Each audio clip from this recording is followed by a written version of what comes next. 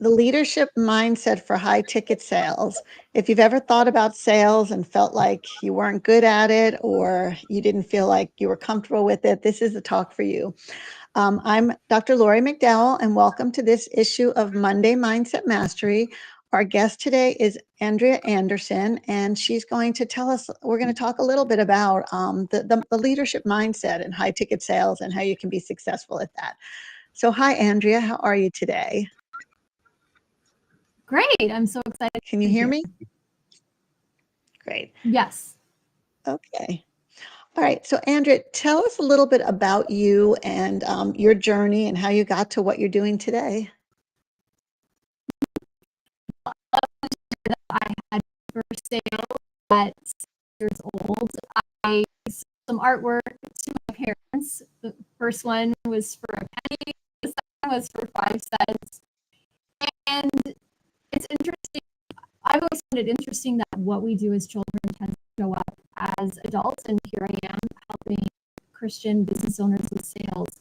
But I started out in general as a coach. I was called to it in the early 2000s, before coaching was even heard of. And so I proceeded to get my certification. I did health coaching for a time, stepped into the business space. And then as I was really reflecting on the results that my clients were getting with me, there was a clear, strong indicator that it was in the sales area that I was really able to help them. So it kind of felt like a little bit like a full circle moment. On the personal side, I am originally from Canada, but I live in the Cleveland, Ohio area. I've also had the privilege of living overseas in England. I've been married to my husband. It'll be 24 years this year, and we have 4 children. And I'm getting ready to publish my first book, which will be coming out at the end of September this year. Oh, congratulations on the first book. And yeah, I'm going to be celebrating my 24th anniversary next year. So that's a great, that's good awesome. number of years. Yes. So, yeah. So the topic today is sales and leadership. And a lot of people don't put those two words together very often. So tell us a little bit about how you connect, why sales really is related to leadership. Mm-hmm. Well, as a member of Team Jesus, I believe that we are created for leadership. It's modeled in everything that we do. We have the natural inclination to want to follow someone. If you think about it, it's why social media actually works, right? Because we want to follow people that we see as leaders. Like, we can't disconnect the way that we relate to people from a leadership role. And likewise, like, we, in different areas of our life, we're going to show up on different sides of that coin. Sometimes we are the leader, and then sometimes we take more of that follower role. Well, what I realized in a sale, when you're in a sales conversation, like, I'm talking about the part where you actually are in the conversation with someone who is interested in your offer, you need to show up as a leader, because people follow leaders. They invest with leaders. And if you are not showing up in that way, if you're doubting your own leadership, it's going to show up in that sales conversation. And I believe it's one of the reasons why someone who on the surface looks like a good fit and on the surface should have invested with you, they will walk away, because on some level, they were picking up on you didn't really believe that you held that role as a leader yourself. That's so true. And I've been in that situation where, I was selling something that I didn't, trying to sell something that I didn't believe in, or that I just didn't even want to do. And it was obvious, you're not going to sell it if you don't want to do it or you don't believe in it, but also if you don't see yourself as a leader, the person that could make a difference. It's interesting. I know you work a lot with Christian businesswomen, and you mentioned Jesus, and, some people at times, they think of sales as sleazy or such, but truly sales is service. And when you think about Jesus, he was, the ultimate servant leader salesperson. I mean, he gave people what they needed, and they were attracted to him because he was such a leader. I wanted to kind of get your thoughts on, how we could model ourselves to be truly, that sales really is serving people, and kind of get your thought on that idea.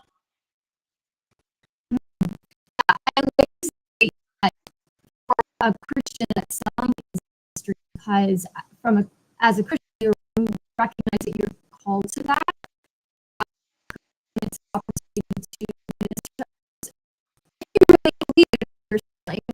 key thing. Like you're saying, if you are trying something that you don't as a business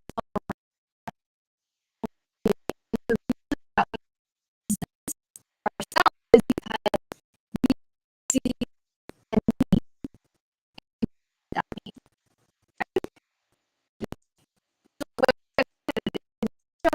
Not trying to be like that used car salesman, manipulate people into buying something they don't want. It's showing up with the recognition. I started my business, I got into high ticket sales because I saw a great need and I have the solution for that person, like offering them living water. And I found that when you hold that perspective and it's about what that other person wants, and also getting curious about that too, right? It's not just making assumptions. You need to do your due diligence to ask the questions and really uncover, is this actually a good fit? As a business owner or the salesperson, if you're representing someone, do I feel like this person actually matches the profile of the people who get the best results with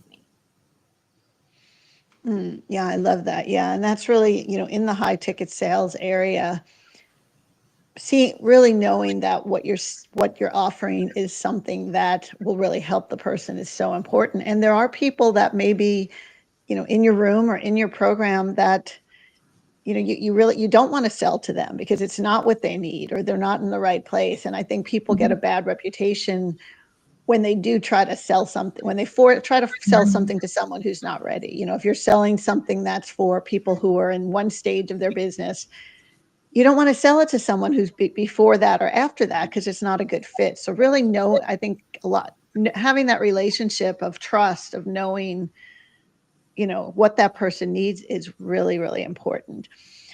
As you're going through the sales process, what are some tips on how you can, understand what that person really needs and if what you're offering is a good fit? Mm-hmm.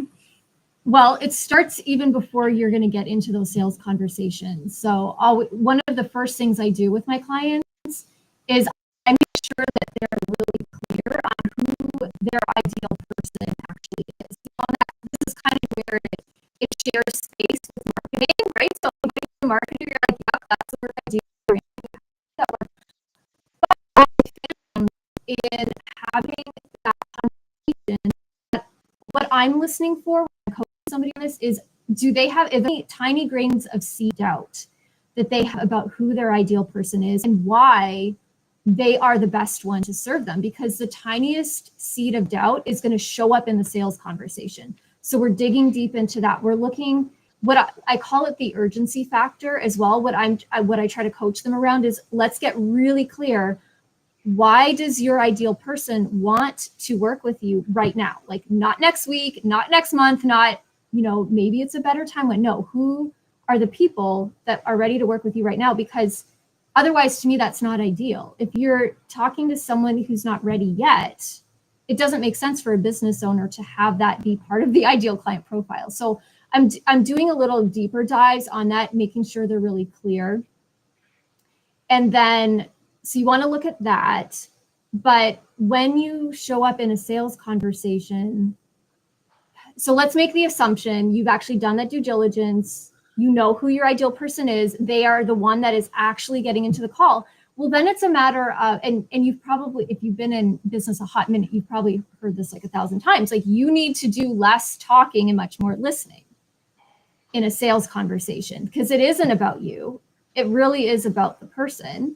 And we lead in a sales conversation by being a listener. And Jesus modeled this, for example. He asked questions. And that's the thing we need to do, is ask powerful questions so that we can uncover together with them, okay, let's explore, does this really make sense? Understanding where they are, where they want to go, what they're really struggling with. And then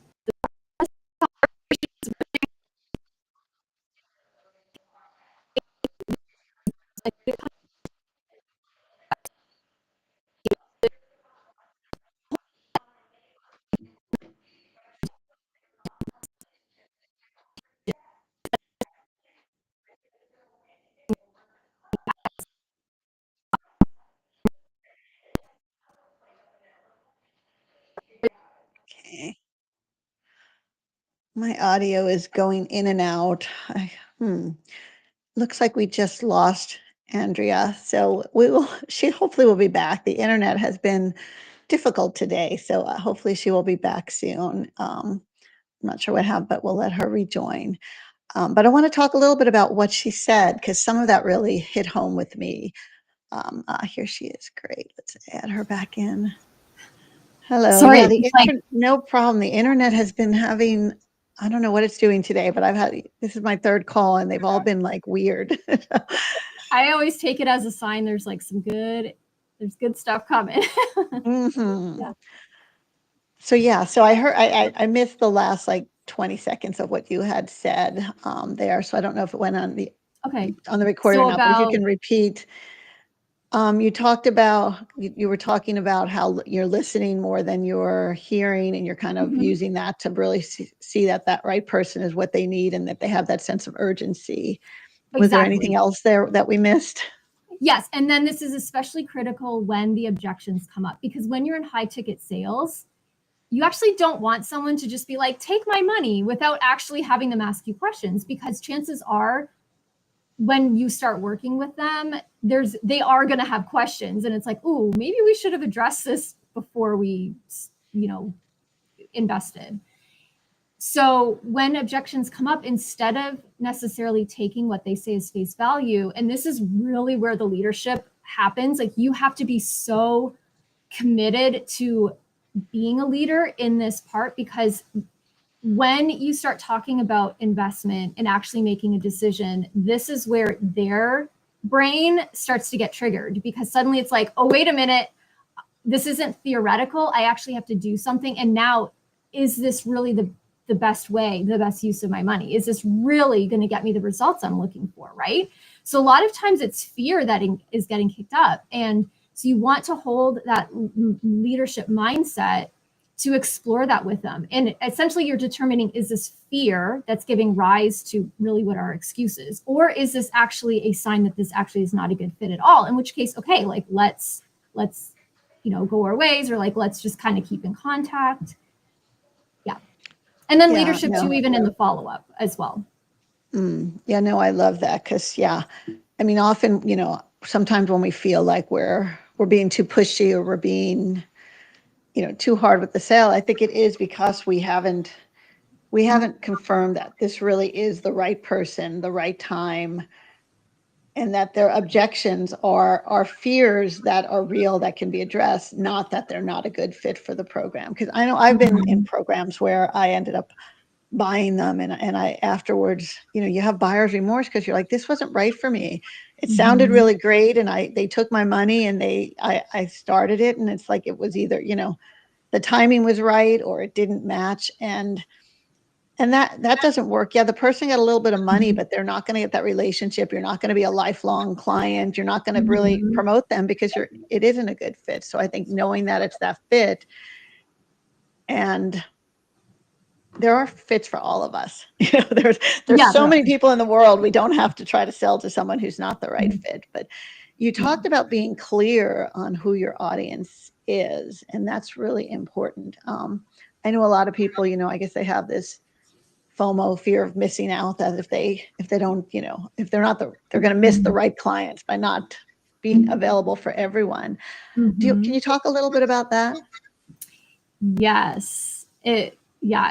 It's funny how it's like we hear that, like, you really need to create a focus, but I can help everyone, right? But you're not meant to help everyone. And this, for the Christian believer, this is where I also bring Jesus's example into it. When he was here on earth, he was very clear. He was primarily called to Israel, like, and he stayed in that lane, even though obviously he is for everyone, and he had plans for how that was going to work out. But if we try to serve, this is what it comes down to, and it's a little bit less the sales side and more of the marketing side. The reason why you want to be focused on who you serve is because it does make the marketing so much easier, which absolutely factors into your sales conversations. It's like, if for example, I could say I'm a business coach. I can help anyone in business. That is true. However, it's very different to help someone with, say, their operations or their marketing or time management than it is to talk about sales.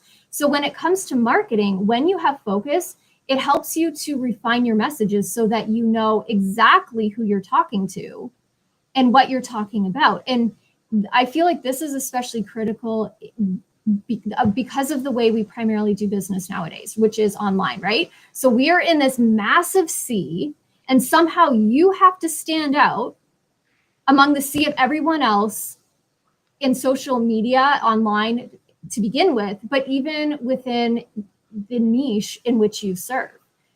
And if you try to serve everyone, it's like diluting your message out in that sea. It's not concentrated. Now, if your business model is a little bit more highly relational, where you're having conversations, you might be able to get around that because you're meeting somebody one-on-one, but it's going to impact your marketing, which means when it gets to your sales conversations, that's when you start to see issues because you're like, well, why is this person coming to me?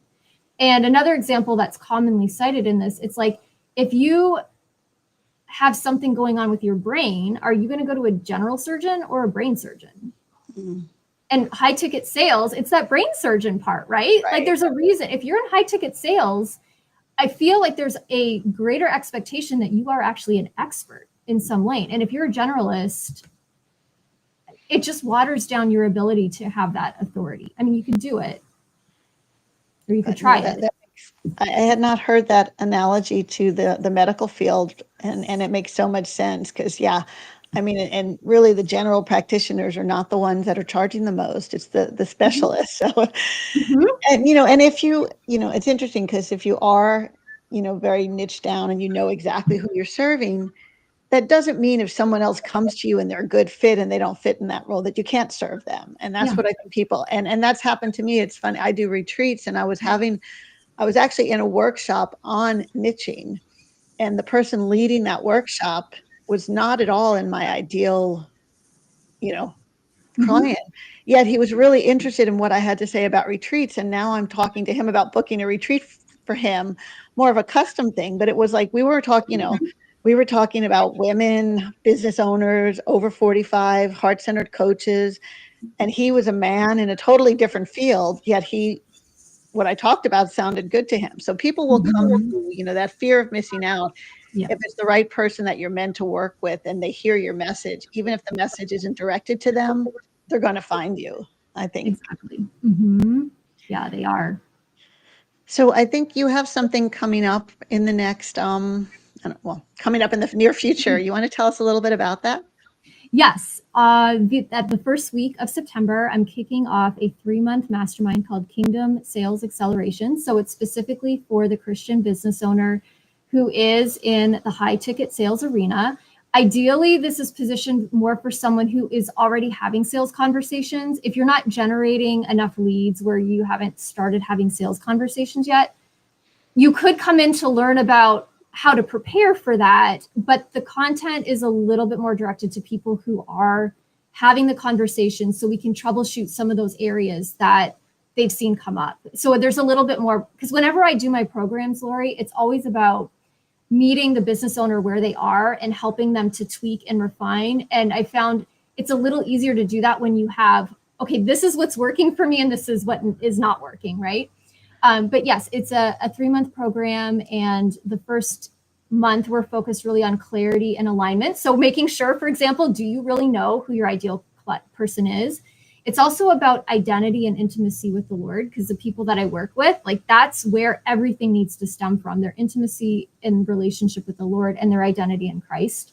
Otherwise, there's not going to be alignment. And then the second month is really heavily sales focused. So spirit-led sales strategy, looking at how do we apply our faith to sales techniques and models that are out there in the world, like which ones do we keep and which ones do we tweak or ignore. And then the final month is really about refinement and multiplication. So continuing to do what is working, continuing to kick out what isn't, and really gaining momentum around those action steps that each business owner is specifically meant to take to grow their business. I love that. thinking of certain people I'll have to introduce you to Yeah, who that'd might be be wonderful. really interested in that afterwards. Mhm. So, Mhm. so that sounds like an amazing program. And so I'm not going to get to, I have a final question, but I want to go a little bit more Mhm. into what you talked about earlier. And that was like the idea that people can tell if you're not a leader, if you're not authentic, if you're not, don't believe in Mhm. yourself. And how does Yeah. that fit into the program, helping people be true to who they are, Mhm. yet also be that sales, that leadership, that Mhm. selling that high ticket program? Yeah. Is there a mindset component? Is there a belief? Tell us a little bit about that. Yeah. Oh, everything comes down to belief and mindset, right? And you're going to love that, right? As a mindset coach, like, you cannot separate your beliefs at all from anything you do. You can kind of fake it for a little bit, but at some point your brain is going to be like, there's there's a disconnect, and it's going to, so it requires you to either make a change, right? And to shift into what Mhm. you say you want to do or who you are, or it's going to keep, more often it keeps pulling you back, right? So I'm always listening in my clients for where is there a misalignment in beliefs? Like, where are they taking in the information and saying yes to it, but underneath there's something else going on where they're not really believing it, or there's something about that process that doesn't sit well. So let me give you an example of how this works. So one of my clients, who is just amazing, she just sent me a message today that said July was her highest month in sales this year. And I always love getting messages like that. And one of the things that we talked about was related to follow-up. So if someone didn't sign up with her right on the call, and based on her business model, a lot of the people would, because it's like a high-end product that comes with concierge service.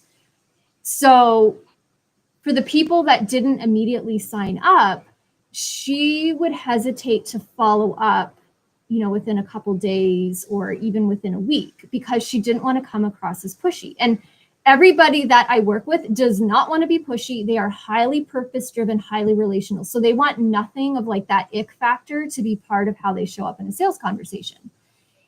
The other thing that we also talked about was she knows with her business, especially, that getting Google reviews is critical because it's more of a locally based business. And yet she was hesitant to ask about that because she just had all of that feels like pushy, or I'm not sure. So anyway, we talked through it. I had to honor the fact of and acknowledge, well, this is where you are. But let's also look at how you could approach this in a way that still feels true to your values and how you want to show up in a sales conversation, how you want that experience to be for the person on the other end.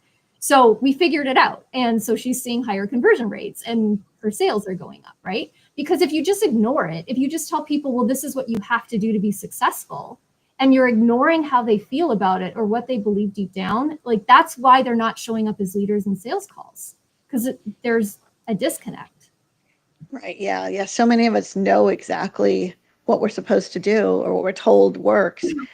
And yet if it doesn't feel right, it's hard to do it. And Mhm. some, and then some people say, well, I'm not going to do it because it doesn't feel right. But that's not necessarily the answer to a successful business, because you Exactly. cannot do it and you can manifest a successful business and think about it as much as you happen. But you do have to do the work. You do have to make the Mhm. sales calls, get the conversion. People are not just going to start throwing money at you Mhm. necessarily. So Yeah, it would be that's really nice, but right. Yeah. it doesn't really happen. Yes, yes. So yeah, it always reminds me of the guy in the flood who, have you heard that story about him? Oh, yes, with the Yeah, with the helicopter. flood, with the Yes, helicopter and the boat and it's like, yes. so yeah, you have Exactly. to help Yes. Like, yourself we a do little have bit. to do the work. Right. And what I've noticed when we have objections about how we show up in the sales call, that's an opportunity for growth. It could be, there is a reason why I need to stay committed and I need to own this like a leader, because I really don't want to show up that way. But then sometimes it is that I need to be challenged and I need to trust that stepping outside my comfort zone is okay, and that there's a way to do it that is consistent with my values and with what my ideal person needs. I love that. It's almost like you're taking the sales process and and using it on yourself before you make those calls. So let me Yes. Oh, let me yes. look at my objections. Look at my objective. What are my objections? What do I am comfortable with? And get Yeah. myself ready before the call. Yes. Okay, before we leave, well, first off, how can Mhm. people reach you if they want to learn more about your program or, this mastermind coming up, or if they just want to follow up with you? What's the best way to Mhm. reach you? The best way would be at my website, andrealeeco.com. I'm also on LinkedIn. Are you sharing links? Because then they can just click the links. Yeah, I can Yeah. share the link if you. Yeah. Yeah. So best social media to reach me is LinkedIn. And then again, my website, andrealeeco.com. And I'll spell that. So Andrea, ANDREA. Lee is LEIGH. And then CO at, .com. or yeah, just .com. Mm-hmm. Okay, great. Yeah, and we'll put the link below the recording, but you've got it here. Yeah. So before we finish, I'd like to ask if you had just one tip to give to the audience, what would that be, Andrea? Oh, yeah. One tip. Gosh, there's a few. But I think the one that I'm going to leave you with is a concept called mental rehearsal. So if you've never heard of mental rehearsal, it's a technique that athletes, especially professional athletes, use where they literally mentally walk through their performance and what they need to do. It's a way of actually doing that has been shown it helps with the muscle memory, but it's also helping prepare their brain for the possibility of or for winning. A lot of it's common for people to say, there's the fear of failure, but there is also the fear of success. And so mental rehearsal, for example, like helps calm that down. Like you have to prepare your brain for success. So the way that you can use mental rehearsal in a sales call is to practice, like it's almost like you're putting on that leadership mindset and how you need to show up. I recommend, even because our body has a somatic responses to what we're believing. So I also recommend doing this where you're adopting the posture of being a leader, right? A leader is going to be like shoulders back, up, like you're not like this, like hunched over, it's like, so we're practicing showing up in a leader and almost like walk yourself through the conversation. And you could do it a couple ways. Walking it through with someone who's like, yes, like sign me up, ready to go. That's easiest. But it's more effective if you mentally rehearse walking through a sales conversation where someone is going to have an objection, where they're going to be a little hesitant. And how are you going to show up and lead? That way it helps your body get used in your brain to get used to having that conversation. But the other thing, it's not really a tip, but if you do go to my website, I also have a sales alignment quiz that you can take. It's really simple. It's 7 questions, and it's going to show you also where there's alignment or misalignment showing up in your sales process. Because if you want to discover what I call your magnetically aligned sales approach, first we have to figure out where the misalignment is. It's creating that awareness, and then we can work on solving it. So I recommend definitely taking that to see where you are in 7 different areas in a sales conversation, and then where the biggest opportunity for growth is.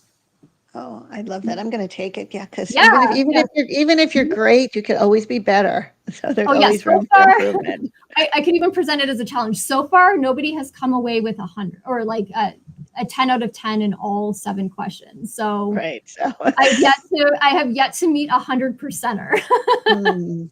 If you did, you may be hiring that person. Right? Yeah, exactly. Yes, that's true. Like if you are 100% and all that, then I guess I need to hire you, because so far that does even I'm not always at a 10 every single day, right? So I have to do this check myself. It's not like we don't always have it all figured out. And that's why we get support when we need it. Right. Yeah, no, and that is a good point that, you may feel amazing one day and then the next day you wake up full of doubts and I would say, well, do what you can to get yourself out of those doubts, go through that, what you need. And if you have to, postpone the calls. Don't do the sales calls on those days where you're full of doubt, because the person you're talking to is going to sense that. So this has been great, Andrea. Thank you so much. I hope everyone enjoyed it as much as I did. And I mean, these tips were invaluable to help us grow our businesses and serve the right people, because really sales is about service. When you're selling a product that someone needs, I mean, you're doing them a disservice if you're not offering that product that product to them, because that product could change their life. And if they don't get it, you really are serving them by getting them what they need. And when you're selling to the right person, someone truly aligned with you, it makes sense. So thank you so much. And please, reach out. Well, I'll put the link to Andrea's website but it's andrealeeco.com, and you can reach out to her on LinkedIn as well. So we'll have that there. Thank you for attending this version of Monday Mindset Mastery. Next week, my guest will be Tatiana Bowers, and Tatiana talks about how you can have a drama-free business, especially those of you with employees, because that's something that's really important. So thank you, Andrea, and everyone have a fantastic day. Bye. Thank you, Lori.